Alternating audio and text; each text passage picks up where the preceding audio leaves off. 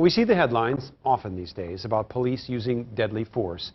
And you may wonder if there's another way, something less lethal, but still effective. An Arizona company is marketing a new weapon for the police utility belt, one that was recently used successfully here in Minnesota.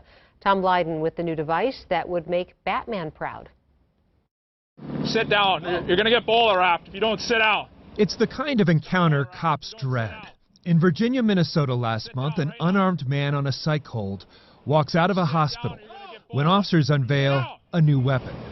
Bola! It's called the BolaWrap, a device that shoots an 8-foot Kevlar rope that wraps around a suspect, immobilizing them, allowing police to safely approach and slap on the cuffs. I sat there after the demonstration and said, "This is phenomenal." Virginia's police chief bought the product for her department a year ago for $1,500.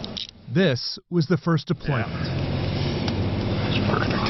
That is one of those situations that can go bad in so many ways. No, absolutely. In a split second, you can be on the hands-on fighting and, escalating up to a taser to even worse.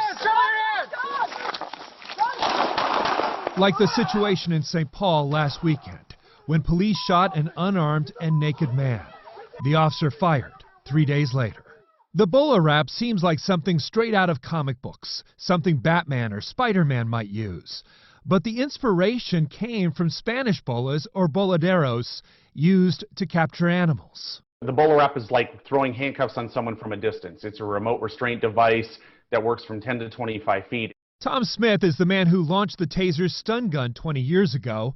He left Taser a few years ago and is now running Wrap, which saw its stock price skyrocket in the days after the killing of George Floyd. If you look at all of the protests since the tragic George Floyd incident, what are they looking for? They're looking for a change. And Wrap has been aggressive in marketing its device to police as a way to handle encounters with the mentally ill. And they get plenty of free publicity from the media. That is when deputies deployed the BolaWrap restraint device. Police were able to detain him. Full disclosure, Wrap pitched Fox 9 and other local media about the Virginia-Minnesota case. There is clearly big money to be made in what some call the police industrial complex. Has anyone been injured with this product, the Wrap, yet?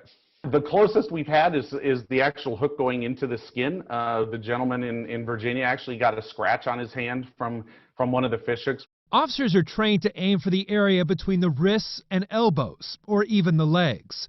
Minneapolis police equipped 25 officers with BolaWraps last year in a pilot project, but there were only 2 deployments, and both failed.